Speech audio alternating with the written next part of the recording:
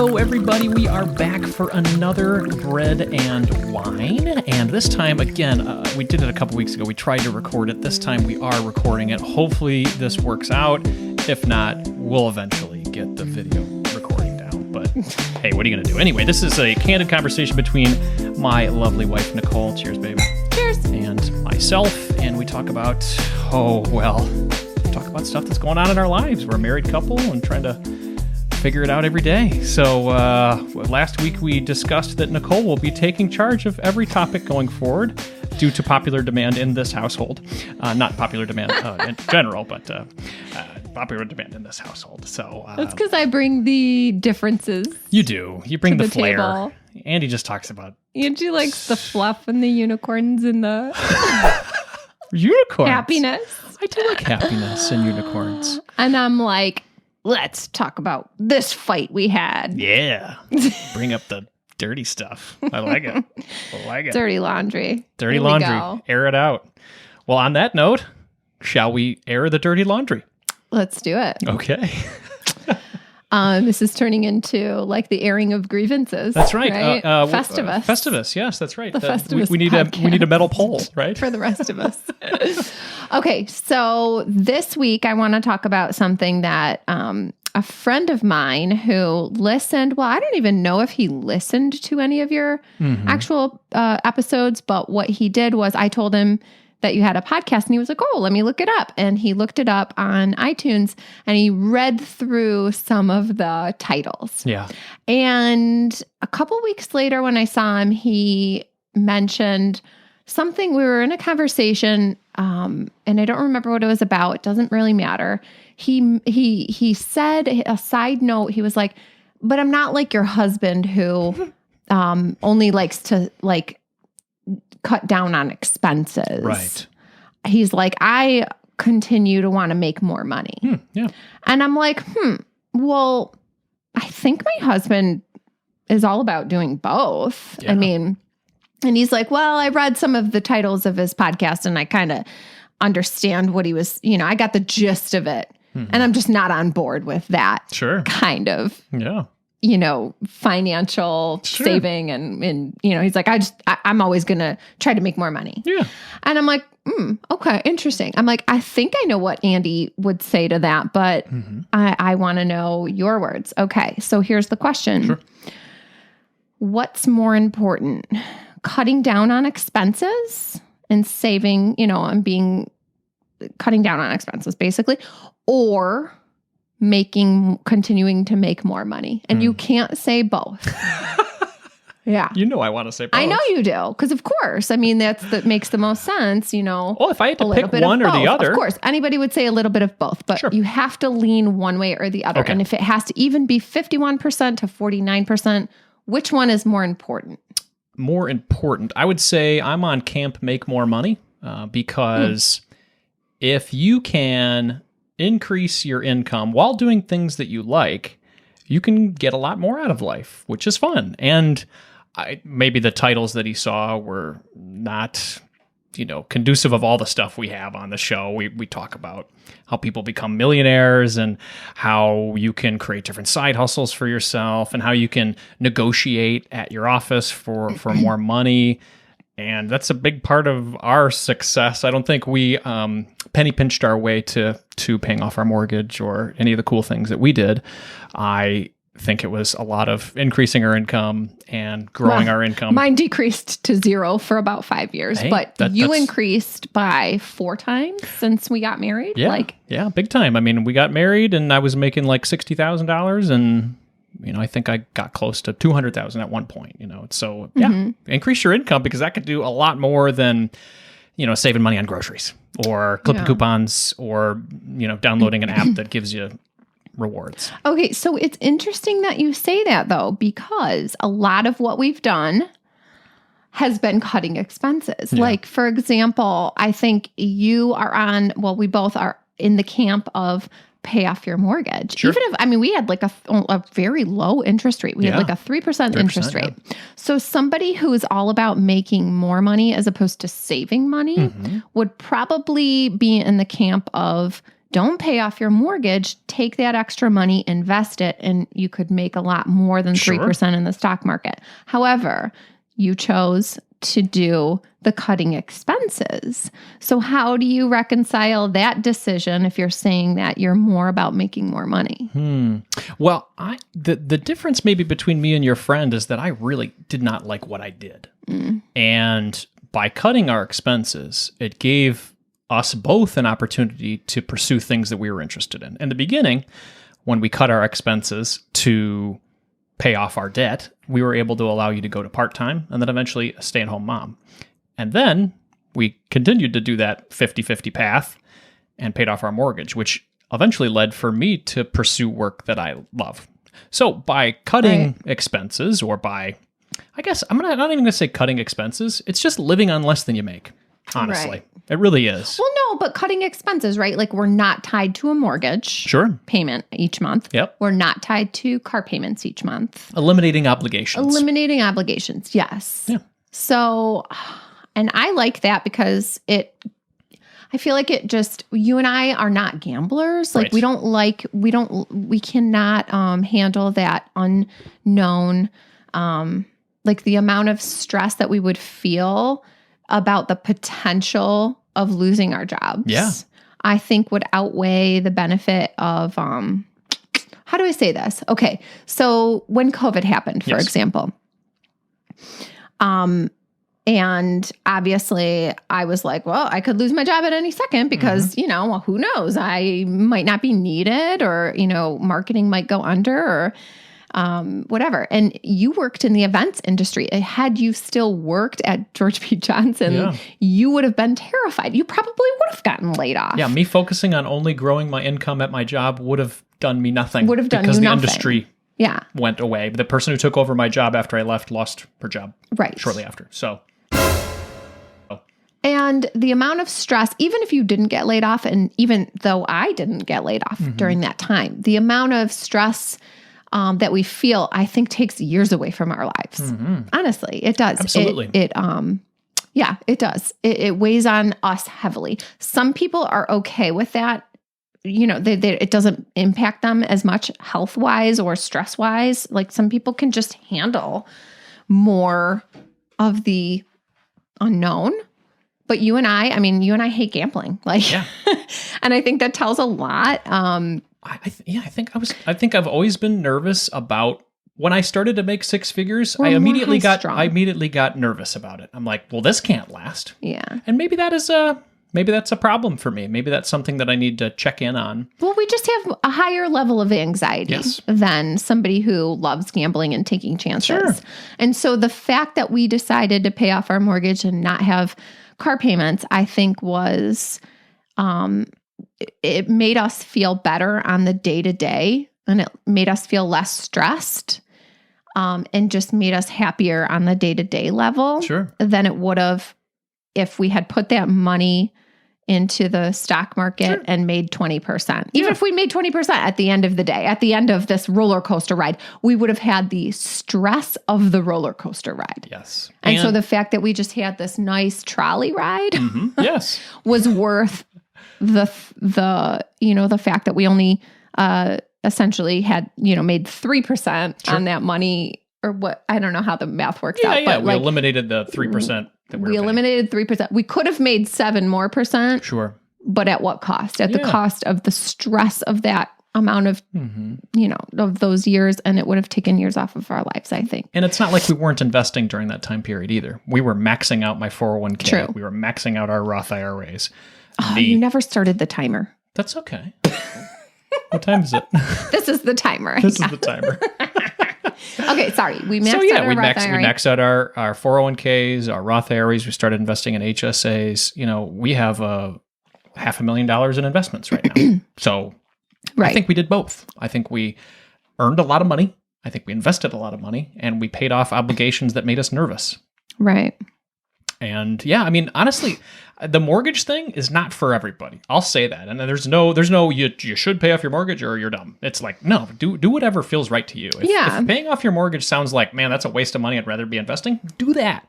Like your brother Mike, I feel like can handle stress and it just does not bother him, absolutely. you know? Yep. And so for him, I would say absolutely do not pay off your mortgage. No. Put it in the market.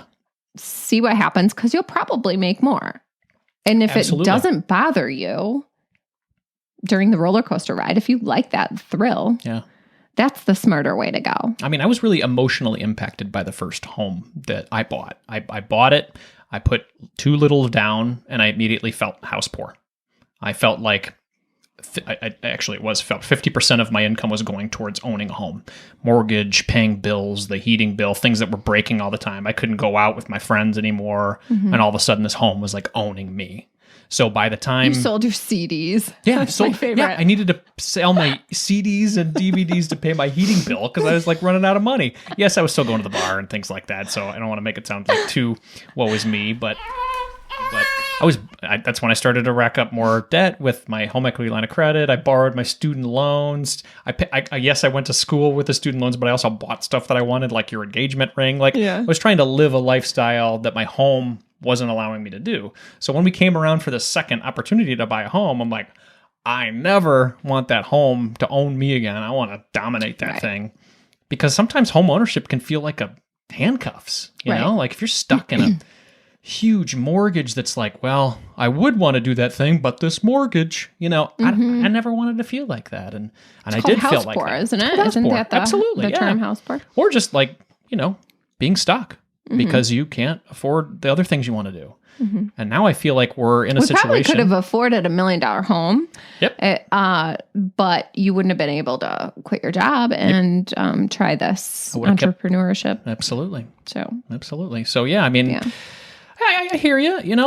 I think there's winning sides to both. I think maybe I'm cycling back. What cutting your expenses can do, decreasing your expenses can do for you, is it gives you more control. When you say, I'm happy and I can live on this amount, that's powerful. Now, if you're not happy living on $40,000 or $30,000 a year, then don't do that. Like I think our range, we're about $60,000 to $70,000 per year, where we're like, we feel pretty good at that. Yeah. And that's without a mortgage. So, I mean, if people had mortgage, that might be more. So we're typically for America, we're on the more lush side, but we are enjoying things. We like vacations. We like doing stuff. We like having activities with our kids. We like throwing birthday parties, like what we're planning right now, actually, outside these doors. And that makes us happy. Right. And so I think people just have to find that however much makes them happy. Yeah. And find that. And once you've found that level, maximize your income as much as you can, enjoy more or invest more so that you don't always have to work.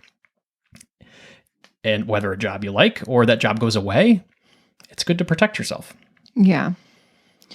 So what would you say to the people who cut their expenses so much that they, because there's a lot of people that you've interviewed and that are in your financial community who have decided that it's more important to cut their expenses, and so they'll live in an Airstream, for example. I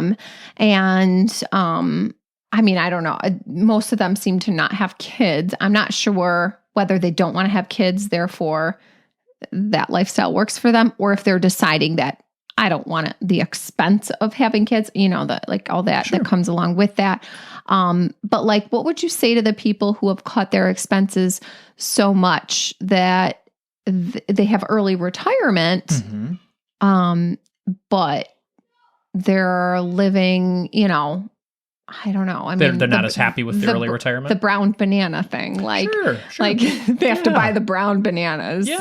At the grocery store. Well, I think on sale. Sometimes, I hear you. Sometimes people push for a goal, and then when they get to that goal, they're like, "Well, this isn't all that I thought it might be." Earlier I left my job, and that's great, but I feel like I'm so tight now that I can't enjoy life, or I got to this goal, but what did I leave behind in order to make it happen? And at that moment, I think the idea of early retirement needs sort of a refresh, because nobody really wants to, I don't want to say nobody. A lot of people, if they are able to retire in their 30s or 40s or 50s or whatever, will enjoy maybe a period of time of doing nothing, because that's lovely, because maybe they were doing too much. But then after a while, they're like, all right, what am I going to do now? Whether that's writing a book Right. or starting a small business or, giving back. What are the things that give you purpose that you want to do? Right. And if you play your cards enough right, you can make some money doing those things. And those things can help you maybe enjoy a little bit more life today and spend a little bit more money that make both you and your spouse happy. So I found a lot of that, and I think a lot of the fire folks in my community or my friends would agree that after they've reached that mark, they're like, okay, cool, what's next? What's something that can make me happy? Early retire at 30, you're kind of like, yeah. And maybe you're in a job that you hate so much that early retirement sounds like the only solution. Right. But there's a lot of other avenues you can take. You can take a different job. You can take a sabbatical, maybe just take some time off and then go back and you're like, okay, it wasn't as bad as I thought. I just needed a break. But yeah, I think, I don't think there's one right way to do it. And I think that everybody needs to sort of test the waters and decide what's right for them. But I think both increasing your income and decreasing your expenses are powerful. Of course. But if I had to choose one, I think increasing your income, as long as you're able to, gives you the most options. But doing so with something you love. Absolutely. Yeah. And what gives you the freedom to find that out if you didn't happen to do that right after college is controlling your expenses. Cutting down your expenses. Yes, right. Exactly. So, okay. So key takeaways. Sure. Key takeaways. So key takeaway number 1, I would say, is, deciding whether or not, you agree with us, right? Whether you also think that cutting your expenses is secondary to making more money. You have to figure that out for yourself. And I think the things that factor into that are how comfortable you are with like risk and gambling and the stress of the anxiety of the everyday life, because it really is all about the journey. It's not about the destination. It's not about the fact that after 10 years you got 10% on your money. It's about how did that last 10 years feel to you? Were you happy through that last 10 years? Were you overall anxious and upset and a lot of your life deteriorated because of the stress that you felt through that 10 years? So you have to figure out, I guess, if you are a gambler and you are okay with risk and all of that, maybe making money is your priority over saving money or over cutting expenses. And if you like what you do, good on you. You keep earning that money at that place or the career or the job or business that you have that makes you happy. Mm-hmm. But if you are kind of a stress case, like you and I are, then we didn't like what we did. You probably want to cut down on your expenses before you start focusing on making more money. Yeah. Or, I mean, you're doing a little bit of both, but you want to cut down on your expenses so that you have the freedom to not feel stressed about making more money. You have the ability to make more money if it happens. Right? I agree. Okay, so that was a really convoluted key takeaway. I liked it. But the key takeaway is identify your level of stress as it relates to gambling. And that will tell you whether you should be on the camp of... And you say gambling. When you say gambling, you're talking about being in an industry that might go away and or investing. Is that what you mean? Yeah, I guess just the amount of risk. Sure. The amount of risk you're comfortable with. If it's super high and you're fine with that, then you should be in the camp of making more money is more important than cutting down on expenses. Sure. If you are more conservative and you can't, you get more anxiety over, the roller coaster ride of, I could lose my job, my car could get repossessed, I could lose my house. If that gives you anxiety, I think you should cut down on expenses. You should pay those things off so you don't have to worry about that. Yeah. So that you can enjoy every single day. I like it. All right, that's a really long-winded key takeaway. Well, number 2, I'll say is it's okay to focus on both. I know you don't want me to, but it's okay. Look at both camps. Which ones can you pull a lever on?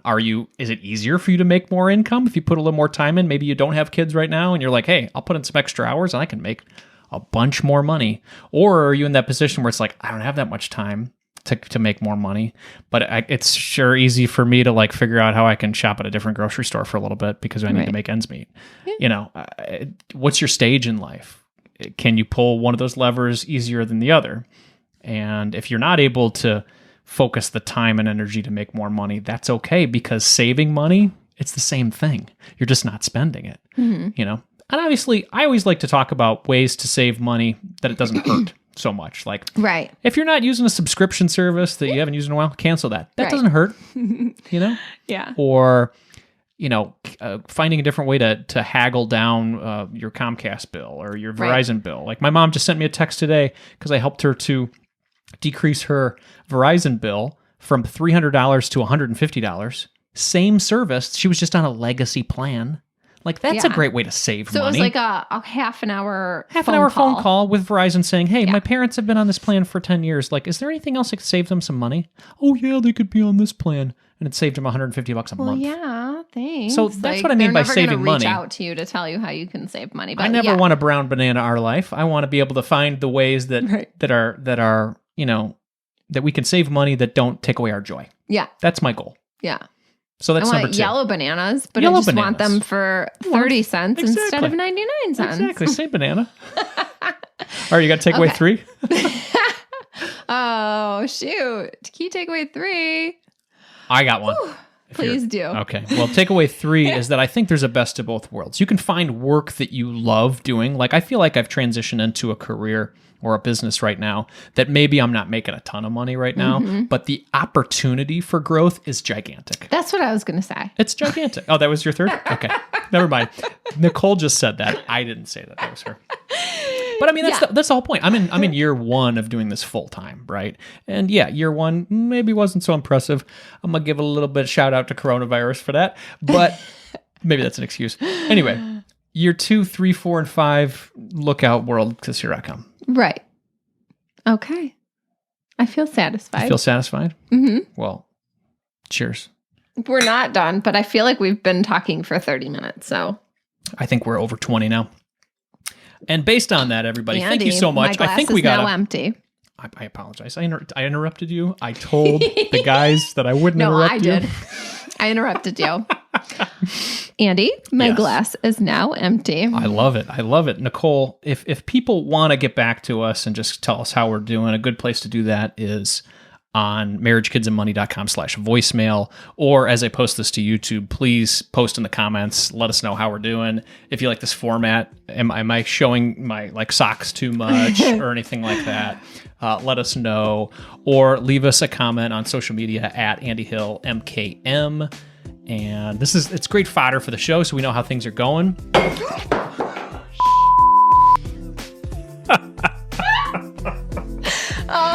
And the show is over. The show is over. We just spilled a bottle of wine on the floor. Our glasses are empty, and the bottle is now